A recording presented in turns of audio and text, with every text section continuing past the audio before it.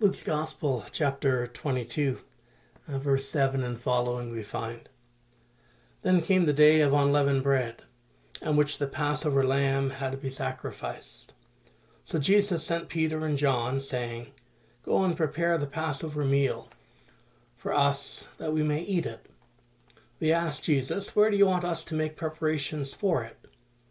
Listen, he said to them, When you have entered the city, a man carrying a jar of water will meet you. Follow him into the house he enters and say to the owner of the house, The teacher asks you, Where is the guest room where I may eat the Passover with my disciples? He will show you a large room upstairs already furnished. They make preparations for us there. So they went and found everything as he had told them, and he prepared the Passover meal. The Feast of Unleavened Bread or the Passover season was one of three festivals where God's people would travel to Jerusalem to remember. And they would remember how with haste they had left Egypt, not allowing time for the bread to rise, as God delivered them out of the bonds of slavery. And if you recall the Exodus account, the lamb was sacrificed and the blood of the lamb was put on the doorpost of God's people, the Hebrews. And when death came through Egypt, all the doorposts that had the blood of the lamb on it would be passed over. And the first child in that household would be spared from death. And this got Pharaoh's attention, that he then let God's people go. And so the people would remember how it is that God delivered them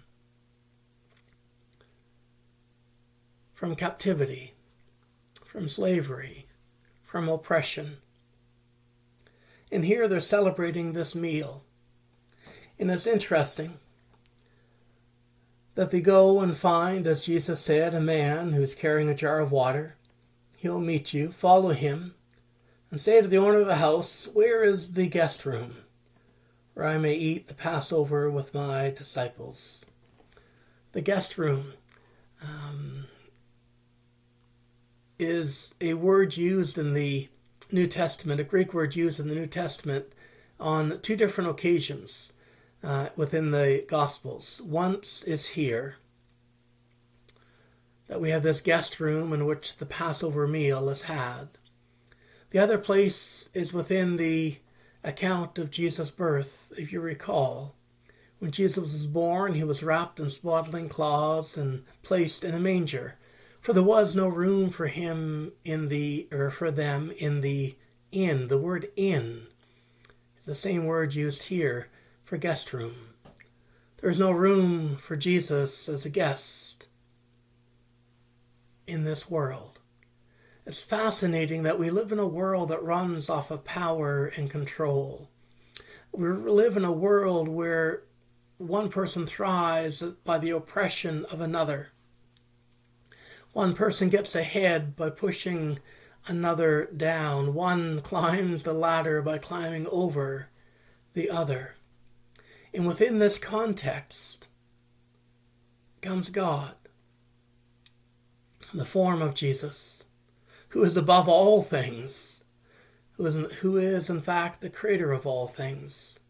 God who stands behind all things and is before all things. God with whom, if he were to withdraw his breath, all things in the world would cease. And God enters the world, taking on the form of a servant. Look at this beautiful language in Philippians. Being born in the form of a servant or a slave, Jesus did not take equality with God as something to be grasped, but humbled himself. I believe it's in Mark's Gospel that Jesus says he did not come to be served, but to serve, or to become a servant of all. God shows up in our world where we compete for power and control, where we oppress our neighbor, and Jesus takes the form of a servant. Jesus becomes one oppressed. And there's no room for him in the inn. There's no guest space for his presence. And then we come towards the end of Jesus' ministry. He's in the upper room with his disciples, and this upper room is a guest room. And in John's account, it's in this space that Jesus gets up from table, takes a towel, and washes his disciples' feet, taking on the form of a servant. The disciples are the guests at this Passover meal. They are the ones that are being invited to be delivered from an oppressive system, to live differently. When Jesus washed their feet, he said to them, I've given you an example, or set for you an example. Go and do likewise. God, throughout history with the Hebrew people in Egypt, and I believe right through to today with this church, have delivered a people, we often say, from sin. But sin is, in large, the oppressive, unjust system in which the world runs. And Jesus calls his people, delivers his people, saves his people from that system, and sends them out to not oppress, but to serve. This is our calling. This is, by and large, what the laying down of the life of Christ was all about.